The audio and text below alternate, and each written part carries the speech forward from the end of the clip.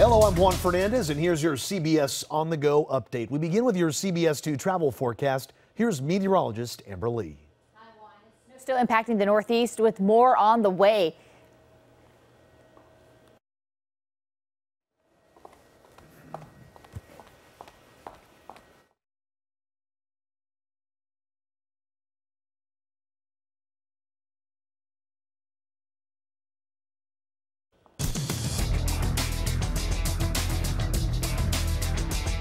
Hello, I'm Juan Fernandez, and here's your CBS On The Go update.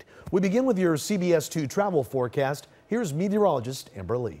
Hi, Juan. Snow still impacting the Northeast with more snow on the way. So as that nor'easter pulls away, you could see by the end of the week, by Thursday, there is more snow coming in from the Great Lakes, and that's going to affect New England as we head into Friday. And then we could also see more light scattered showers moving into the south by the end of the week. Double check with your airlines. We do have some delays to tell you about in San Francisco. We also have delays here at LAX, LaGuardia, and also Newark. Otherwise, if you're staying put here in Southern California, we are expecting more rain by not just tonight, but by the end of the week. And then for the weekend, looking at a dry stretch from Saturday morning on into Monday. But don't put away your rain gear just yet, because Tuesday and Wednesday of next week, there looks like there could be more rain on the way.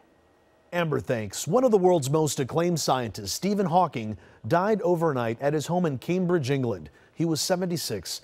Fellow physicists, world leaders, and actors are remembering the man who won over fans with his wit and genius. Mark Phillips takes a look back at his extraordinary life. He was probably the best-known scientific mind of modern times and the most famous disabled person in the world. Stephen Hawking, with his wheelchair and his computer-synthesized voice, for many people, was an instantly recognizable figure. If you reverse time, and the universe is getting smaller. Becoming the subject of a popular movie only enhanced his popularity. Hawking was born in Oxford, England in 1942. He was a 21-year-old PhD student when he was diagnosed with amyotrophic lateral sclerosis, Lou Gehrig's disease, and told he had just a year or two to live. He not only lived 5 decades longer, his 1988 book, A Brief History of Time, explaining the mysteries of the universe in layman's language, became an international bestseller and made him an unlikely worldwide celebrity. When he turned 60, he did a star turn with Ed Bradley on CBS News 60 Minutes. It is quite an achievement.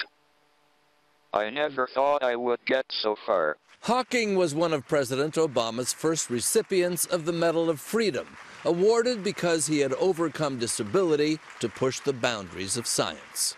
He took a zero-gravity flight in 2007, the first time in 40 years he could move without the chair. He had a role on Star Trek. I call.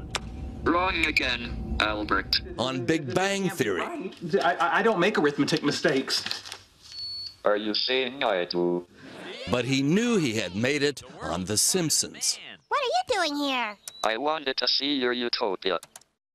But it's the science that will endure. And here's a fun fact. Stephen Hawking was born on the 300th anniversary of the death of Galileo and has died on Albert Einstein's birthday.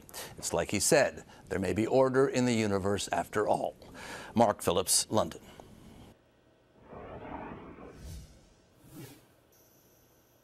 Now here's your CBS On The Go sports. USC didn't make the field, and last night UCLA was knocked out in a play-in game, meaning Southern Californians are left to root for Cal State Fullerton in this year's NCAA tournament. You can watch games on CBS starting tomorrow morning at 9:15 a.m. The first game will feature Oklahoma against Rhode Island. That game will be followed by Iona versus Duke. Then tomorrow night, CBS will air Davidson versus Kentucky, as well as Buffalo versus Arizona.